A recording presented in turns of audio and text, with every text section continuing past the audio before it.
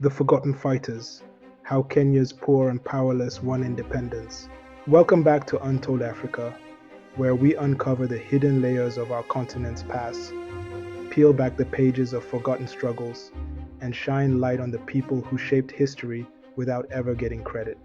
Today we're diving into Kenya, a land known for its natural beauty, rich cultures, and complex colonial history. But this is not just another story about British rule. It's a story of class struggle, resistance, and resilience. It's about how ordinary people, women, youths, and workers became the heartbeat of Kenya's fight for independence. Let's take it back to the beginning.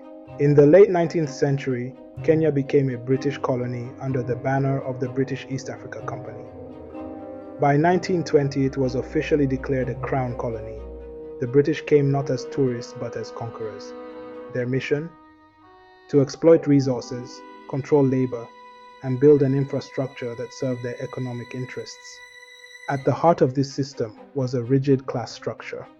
On top sat the white settlers, given fertile land, political power, and economic privileges.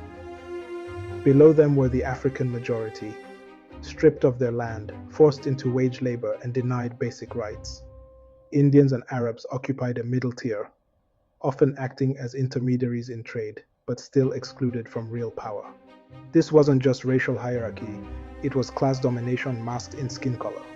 As early as the 1920s, resistance began bubbling. Farmers organized protests against land dispossession.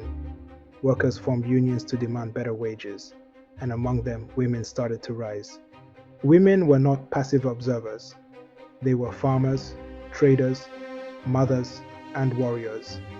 In rural areas, they resisted colonial taxation policies that targeted male heads of households, forcing many into urban labor markets. Women took over subsistence farming, kept families alive, and began organizing themselves. One such figure was Mekatilili Wamenza from the Giriama community. She traveled from village to village, warning her people about the dangers of British rule. Her songs and speeches stirred resistance. She was arrested more than once, yet she never stopped speaking truth to power. Then came the 1940s and 50s, a time when youth began to play a crucial role.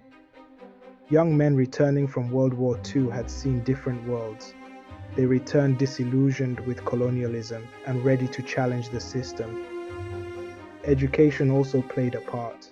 Missionary schools produced a new class of African intellectuals, teachers, lawyers, and journalists who could articulate the case for freedom. Jomo Kenyatta emerged as a leader, but he was not alone. There were others, radical thinkers like Bildad Kagia and Fred Kubai, who pushed for direct action. And then there was Dedan Kimathi, leading the armed struggle in the forests of Aberdare. The Mau Mau uprising exploded onto the scene. Not everyone supported it, but it shook the foundations of British rule. Peasants, displaced by colonial land policies, joined the rebellion. They swore oaths of unity, hid in the forests, and fought back. But let's be clear, the Mau Mau uprising was not just a tribal revolt. It was a class war, a response to systemic oppression, land theft, and economic exploitation. During the height of the emergency, thousands of Kenyans were detained in camps. Women were not spared. Many were imprisoned, tortured, or forced to work under brutal conditions. Yet even in these camps, women organized.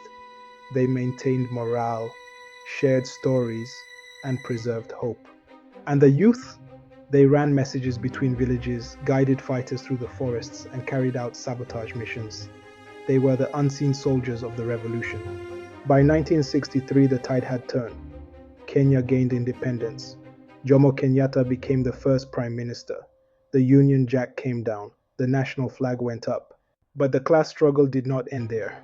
Independence brought new elites into power, some of whom replicated the same inequalities they had once fought against. Land remained concentrated in the hands of a few. Workers continued to organize strikes. Women still struggled for representation, yet the foundation had been laid. Ordinary people, not kings or politicians, had made independence possible. Their sacrifices, their courage, and their refusal to be silenced changed the course of history. So next time you hear the story of Kenya's independence, remember, it was not just won by leaders in suits. It was won by farmers tilling stolen soil, by women marching through dusty villages, by youths risking everything for a dream of freedom. It was a class struggle, a people struggle. Thank you for watching Untold Africa.